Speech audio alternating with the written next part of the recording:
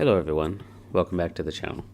This is Jason with DragonWithTech.com, and before we begin, I would like to encourage you to head over to YouTube and subscribe to the channel.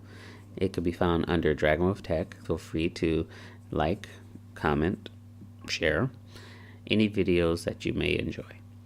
Thank you and have a good day.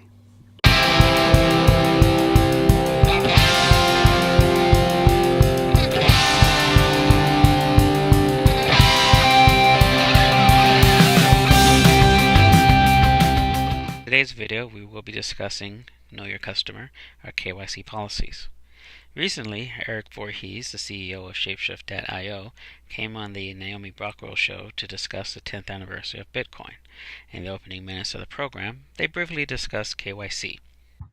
So you guys, you were Shapeshift is just a huge platform that everyone knows about. It was a platform that previously you didn't have to have an account to use it, and then you recently transitioned to a new model. Do you want to talk about that a little bit?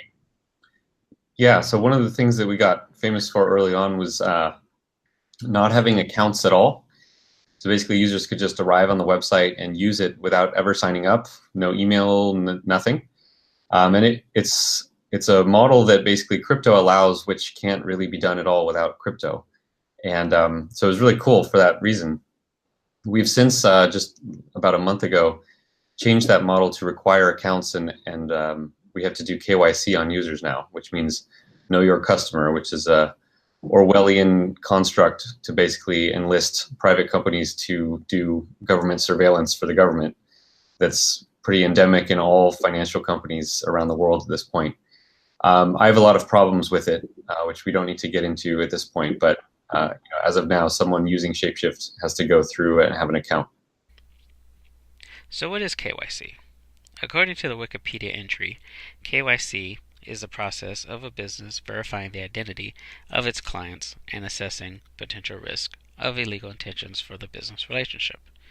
The term is also used to refer to the bank regulations and anti-money laundering regulations which govern these activities.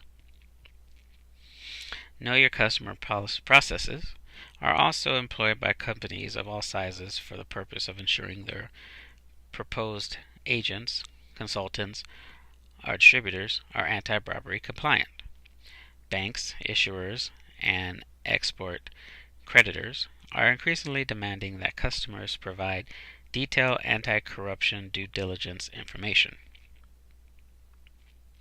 Having worked in the financial sector for a number of years, and with my dealings and investing in the traditional and crypto markets, I have been aware of KYC policy for some time. It has always been a wonder to me, though, how such policies have been avoided in the cryptocurrency space. Back in September of this year, I noticed a shift in the crypto marketplace where exchanges like KuCoin and Shapeshift.io began mentioning KYC on their websites.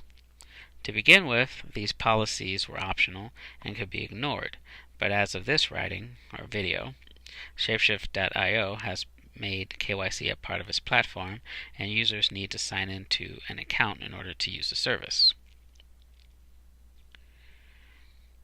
For a long time, crypto has had an air of anonymity, whether warranted or not, and unfortunately people have used it to do nefarious things.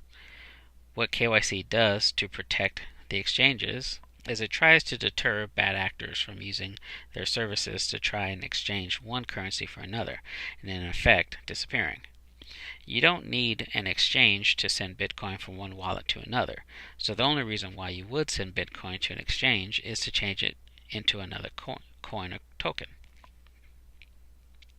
By making users identify themselves, the exchanges can say to the governments that they did what they could to prevent money laundering. There is, though, a more disturbing side to KYC, and that is the amount of data that is needed to fulfill KYC compliance. Some KYC is as simple as a name and email address. Other KYC is as involved as sending a photo of your ID and your face, which brings up the question of user privacy and who these exchanges are sharing user data with.